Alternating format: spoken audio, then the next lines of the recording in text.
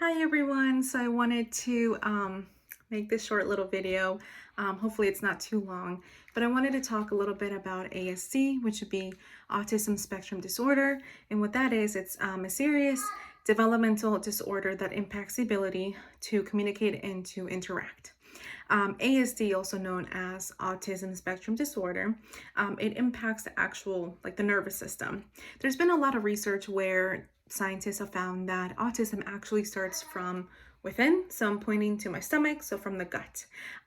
There's been a lot of toxins that a lot of autism kids actually do have, and to get rid of them, probiotics are the only way. Also wanted to say that a lot of it has to do with diets. So Alexander has been gluten-free and dairy-free for about a year now. Not a year quite. So we've seen a lot of difference. We started during the pandemic when I got furloughed, actually March 17th. The week afterwards, we started on a gluten-free, dairy-free diet, and about 3 to 4 weeks, we saw changes. No more mood swings. He was also sleeping a little bit just better. He used to wake up like 3 to 5 times a night, and he just wasn't sleeping at all. A lot of research has also found, and I know most of the parents, like myself including, we would ask, well, how does autism start? Well, we just don't know. And they still don't know. And that's why it's so good to educate yourself and educate others. And that way we can just get to the bottom of this. You know, there's not a specific pinpoint, although it is controversial, on numerous things, which I will not go over because I am not a professional, nor am I trained to do this, and I don't have a degree. However, I do have a PhD with being a parent to an autistic child, so a lot of these tips and tricks that I'm going to tell you also involve one of what I do with and to my son. I also, sorry if I'm looking down a lot, I have a little cheat sheet. I wanted to make this really short and sweet, but I'm gonna talk a little bit towards what I do. So we got him evaluated, and I cannot stress this enough. If you get your child evaluated at a very early age, you can start early intervention, which will include speech therapy, occupational therapy, and social emotional therapy. A lot of you are probably like, well, we know what speech and occupational therapy, but what the heck is social emotional therapy? Good question. Social emotional therapy consists of basically those two factors of speech and occupational. However, they also involve in feelings, they also involve in problem solving, and they will also involve in kids actually having to think by themselves and for themselves. I know it starts at home, and I will say this to just everybody.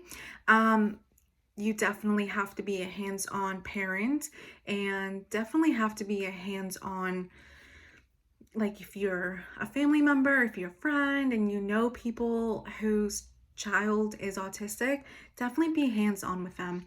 I will include myself in this factor. When I found out that Alexander, like after an evaluation, when I found out that he was autistic, I had a full meltdown. Not because I was aggravated or upset, just because I knew that probably life was going to be hard. And don't get me wrong, it is. We deal with obstacles every single day. We're dealing with one right now. And it's not the end of the world. It could be worse. And the way that I like to look at it is that other children have it way worse than what he does, because he's so brilliant and he's just so kind and he's just so smart and he's so funny, he's so witty. And there's nothing wrong with kids who are on the spectrum. They're actually the most loving and most affectionate, and although it does take a few moments for them to process things, because they do process them differently, doesn't make them any differently than any other kid. I do want to put this out there that if you are a parent and you are watching and you're probably thinking like, maybe I should get them tested, do it. You are their only advocate. And I love science, I love his doctors, but they've always told me he's not quite at that age where he needs to be evaluated. I pushed it all aside because I was the one that gave birth, and I know my son like I know the back of my hand. You are their only advocate, and if they keep telling you no because they're so young, do it. There's a law here in the US where you don't have to take no for an answer. Obviously, freedom of speech. However, when it involves a minor, which includes your child who is under the age of 18, you should seek that treatment for yourself. I wanted to talk a little bit about self-love as well. I hated myself for the longest time. I didn't think I was a good parent because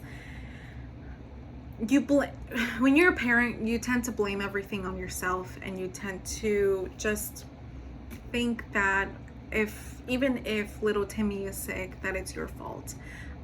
His autism, I have blamed myself for just a few times, and I learned the importance of self-love and like as a parent, and also to really just go with the flow. I used to be a very impatient person. I used to be very unorganized. I was just like the complete opposite of who I am today. I still have my temper though.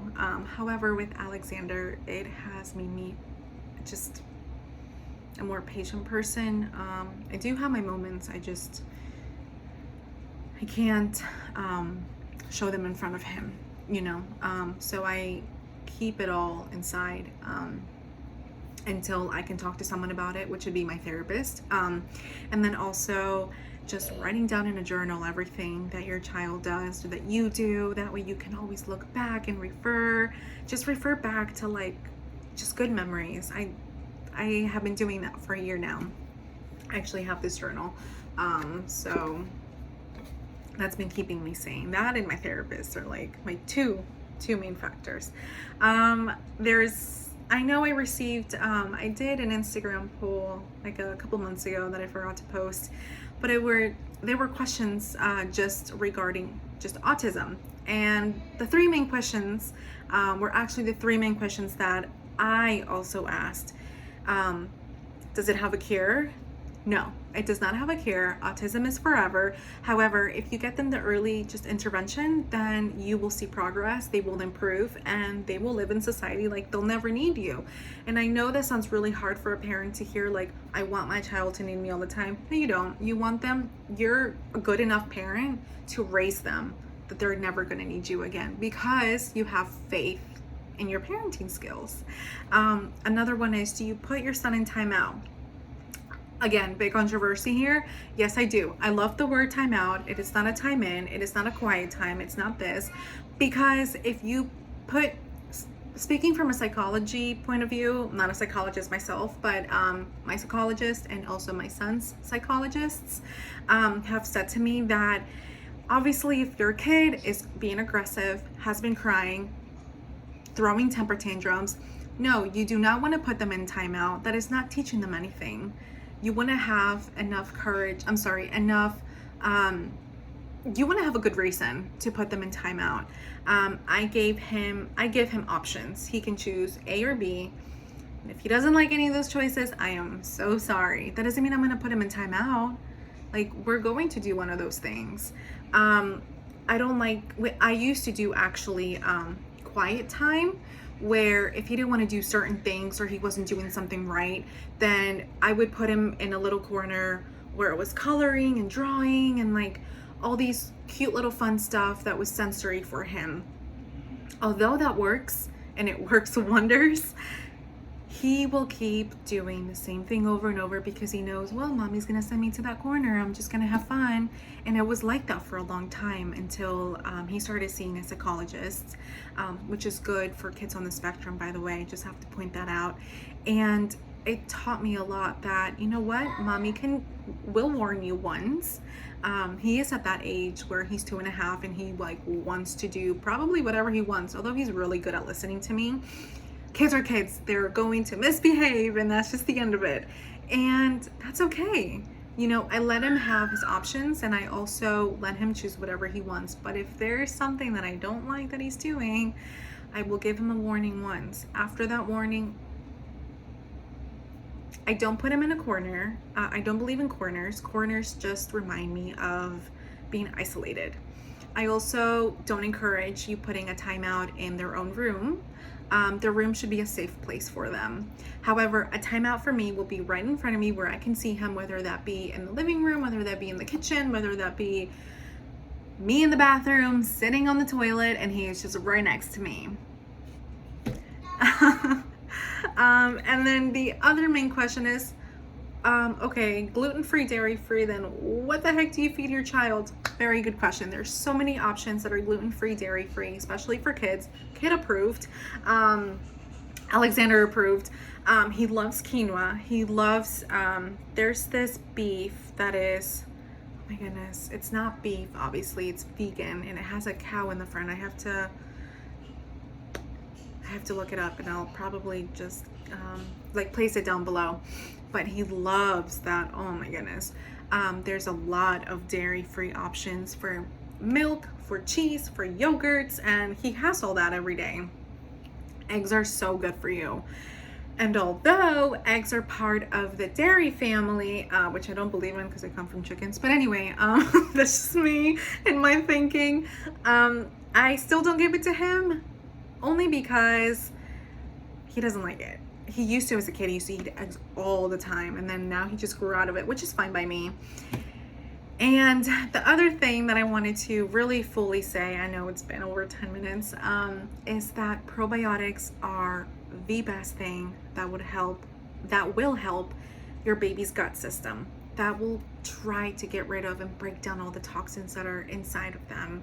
I know that there's been a lot of research, just obviously being neurological, but also there's a lot of research that have stated that it all comes within also the intestines and the gut, and that's why it all flows to the brain. And if you don't have a healthy gut system, even if you're autistic or not autistic, then obviously nothing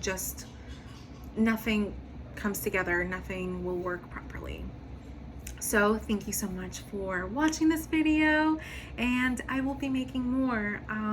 I've actually have an Instagram account where I fully dedicate just to Alexander, and I have a lot more videos coming up that will involve play at home, that will also involve just using tape. This is my favorite one. This is how he learned a lot of the words that he knows now. Literally just tape. So thank you so much, and I hope that I educated you a little bit more and just giving you a little bit more insight of what autism is, what we do with Alexander. I wish I would have made this video a little bit longer, but I know it's a lot of information. So thank you, and God bless.